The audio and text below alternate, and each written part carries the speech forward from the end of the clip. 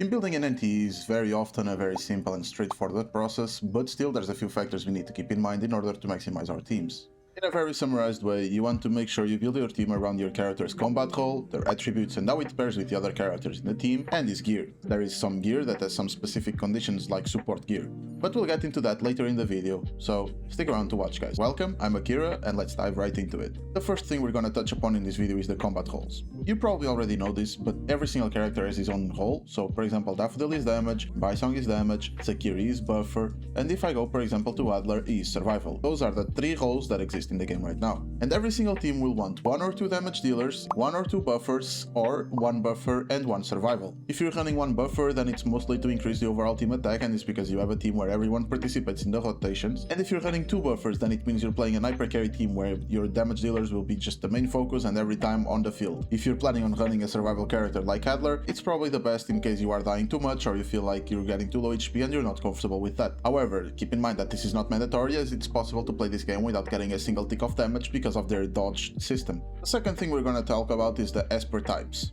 Now, I'm not talking about cycles yet, I'm talking about their types, this right here. There are a few types in NTE, so let's start with the damage types. The damage types will be main DPS, dot, damage, follow-up attack, and burst. For the utility types, you have, for example, Daffodil, which has a burst DPS and break boost, which is basically damage and utility, or you have Zero with his instant cycle. Then moving on the support types or buff types, you have control, damage boost, for example, Sakiri, and on the sustain types you have shield, and then you have damage redirection, healing, and survival. Based on these types, ideally, you want to try to avoid running 2 of the same types in the same team, especially the survival ones, but obviously there are exceptions. An example of that is Sakiri, which boosts dot damage, so you might want to run more than 1 dot damage dealer when playing with Sakiri in your team. Now let's move on to one of the most important parts in team building in NTE, which is the Esper Cycles and the reactions with each other. When you're building a team in NTE, although not mandatory, most of the times if you build it around the Esper Cycles, and this will right here, you will oftentimes have a better damage output or survival or whatever you need than if you do not use the cycles. To know if the character cycles with one or another, just look at the wheel, and if the elements are adjacent to each other, then they will react to each other. When your characters are ready to interact with each other with their cycles, you will see this glow on the right side of the screen. So my Def can right now interact with anyone else, so I'm gonna put Nova, and then if I go back to that, then I will reactivate Nova, and you can even do Scorch with Nova, which will create Discord, see? So you need to keep in mind that those reaction cycles will basically change the whole way on how you play the game. To know if your character is getting ready to have a reaction cycle, you can look at this wheel on the bottom left of your HP bar, and if it's full, then it means your character has a reaction cycle ready. Keep in mind that if you switch your character to someone who doesn't have a reaction with it, then he will not do anything, he will just keep the wheel there, and you can always come back to it to react with the other character. So don't worry if you miss the rotation or not, it won't affect you a lot. As you've seen in my preview, there are also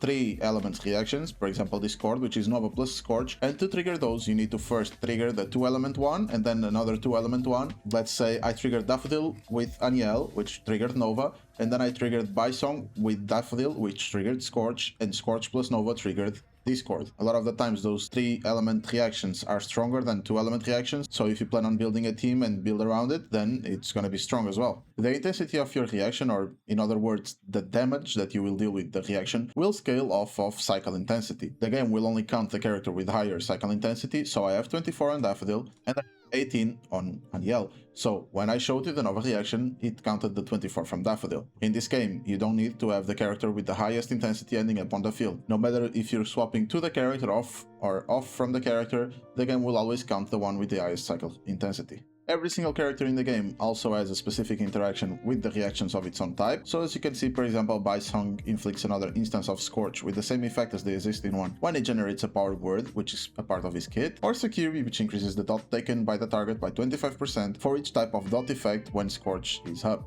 to 100%. Keep in mind that, obviously, to use these enhancements on your cycles, you need to have the characters in your team, so Adler would have applied a random debuff when I inflict Scorch, but he is not on my team, so that doesn't apply. To unlock those enhancements, you want to level up passive 1 from your characters. This is a system that in the future can be and will probably be expanded on. It's already good to already get knowledge on it and be comfortable with it in order to, when the new characters come out and eventually power creep will come and bigger passives will come, you are already familiar with it and you will not fall behind. For the reactions, first you have Lakshana with Cosmos, which will trigger Remora, and Remora will slow the enemies and slow their attack speed as well. both their movement and attack speed, as you can see.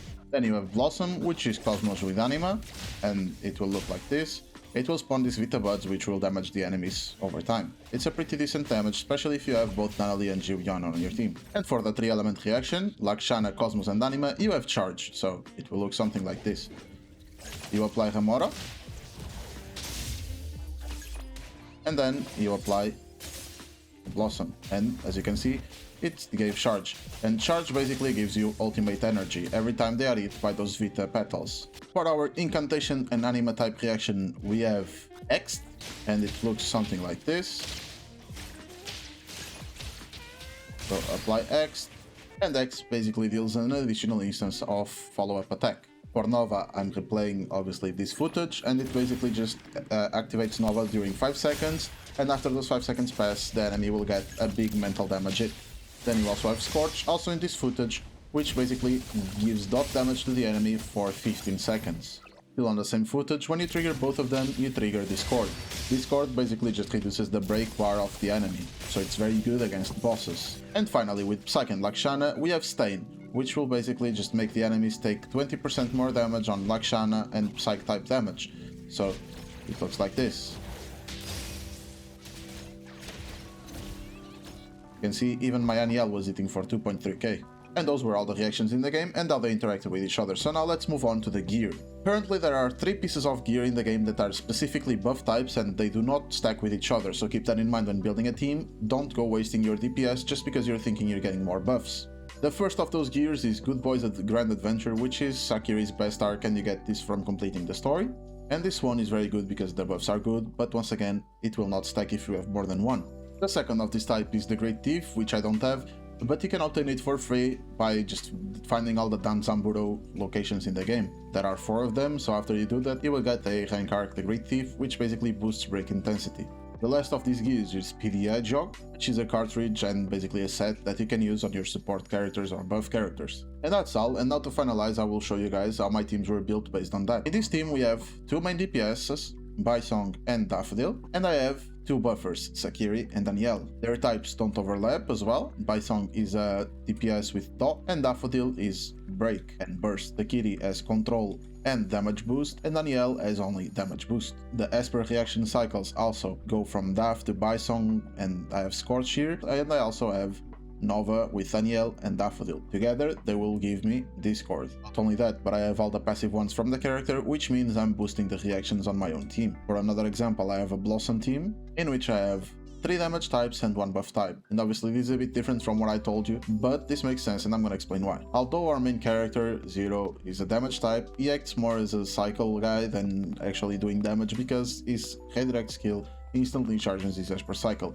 meaning if you are planning to do a team with reactions around Cosmos, he is a great character. As you can see, he is of the instant cycle type. Then we have Nanali as main DPS and follow-up attack. We have Jiuyan as burst DPS and control, so she's basically there to gather enemies and ult and nothing else. And we have Otori, which although she is a buffer, she is a burst DPS and damage boost because with her ultimate she will do massive amounts of damage if you do it properly.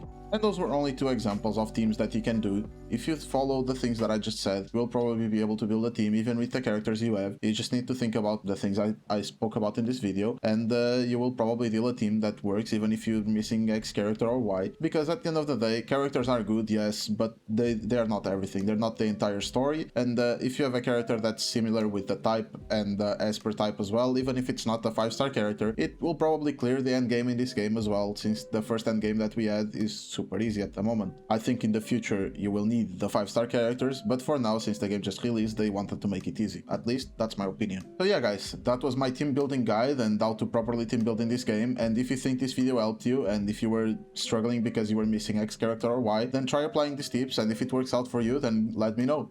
And yeah, thank you very much guys. Leave a like, subscribe, comment, and I'll see you next time. Bye bye.